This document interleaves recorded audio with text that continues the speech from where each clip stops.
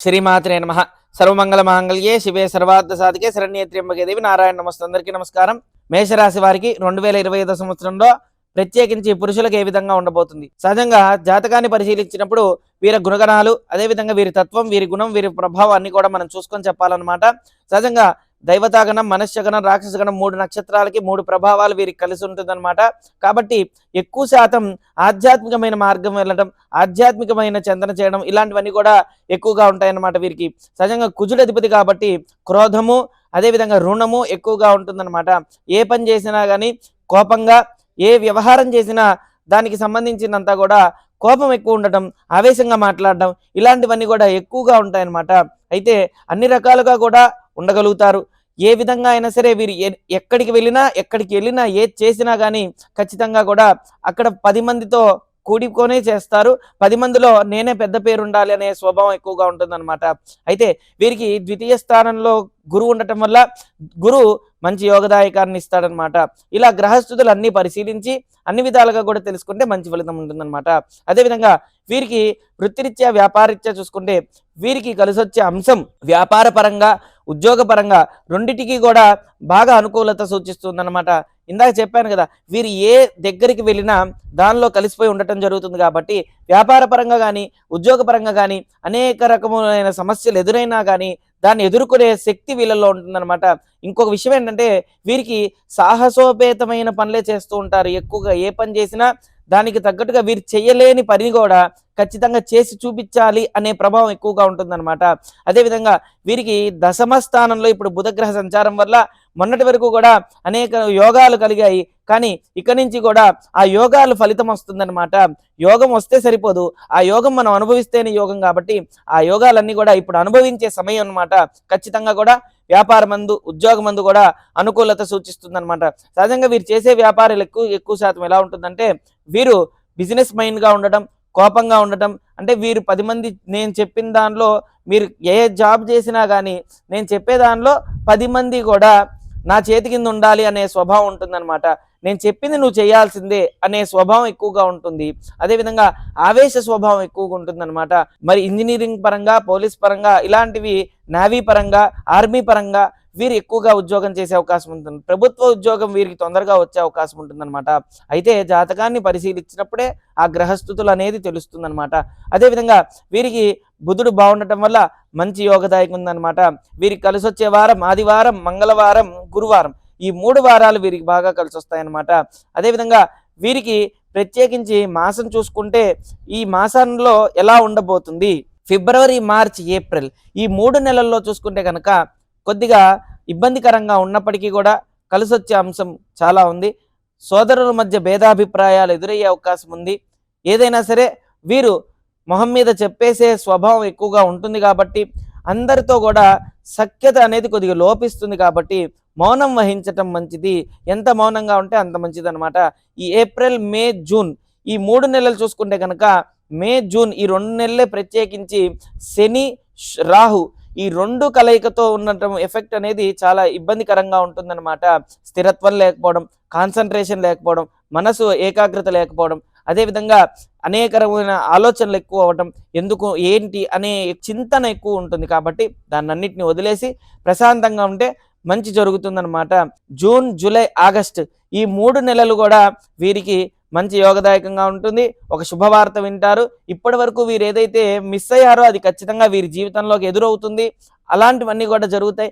కొత్త జీవితాన్ని ఖచ్చితంగా కూడా ప్రారంభిస్తారు.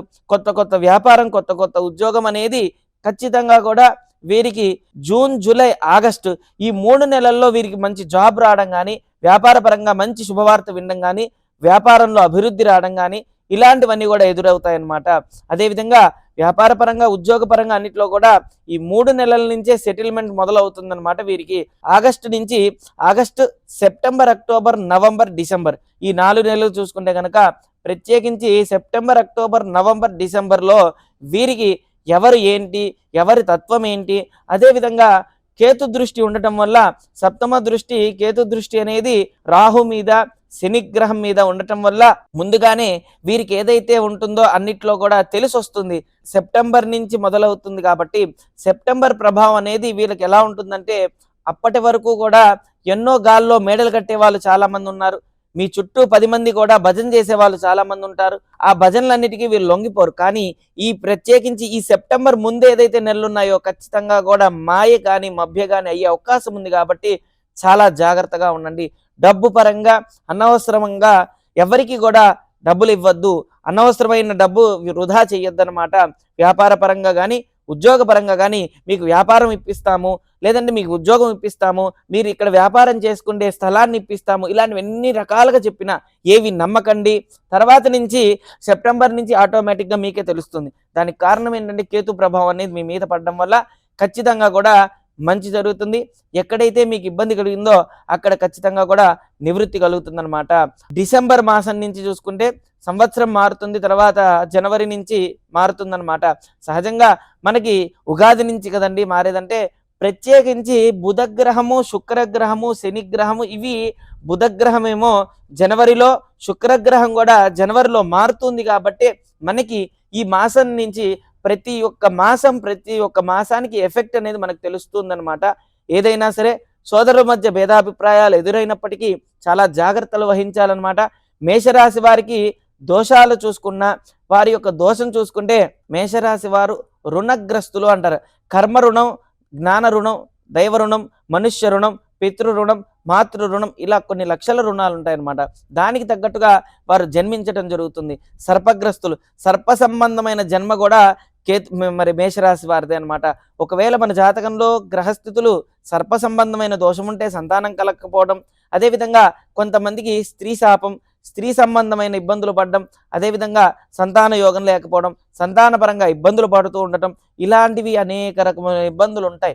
అయితే మన జాతకాన్ని క్షుణ్ణంగా పరిశీలించినప్పుడు యథార్థంగా మన గ్రహస్థితులు ఏం తెలియజేస్తున్నాయి, గ్రహ ప్రభావాలు మనకేమున్నాయి, గ్రహాలు ఏవి అనుకూలంగా ఉన్నాయి, ఏవి ప్రతికూలంగా ఉన్నాయి తెలుసుకొని అన్నిట్లో కూడా వ్యతిరేకంగా ఉన్న గ్రహాలన్నింటిలో కూడా మనం ఏదైతే జపం కానీ, ఆరాధన కానీ, అర్చన కానీ చేస్తే మంచి ఫలితం ఉంటుందన్నమాట. కాబట్టి దోషానికి పరిష్కారం మనం ముందుగా చూసుకొని ఎక్కడైతే ఇబ్బందులు ఉన్నాయో ఆ ఇబ్బందులు తగ్గట్టుగా మనం వ్యవహారం చేసుకొని ఆ గ్రహస్థితుల్ని మనం ప్రతికూలత లేకుండా అనుకూలంగా ఉండేటట్టుగా జపం చేసుకొని మనమే తెలుసుకొని ఆ గ్రహానికి అన్నిటి కూడా పూజ కానీ ఏదైనా సరే క్రతువులు ఆచరిస్తే ఖచ్చితంగా కూడా మనకి ఈ సంవత్సరం ఖచ్చితంగా 2025 సంవత్సరం మేషరాశి వారికి జీవితంలో అనేకమైన మార్పులు ఎదురవుతాయి.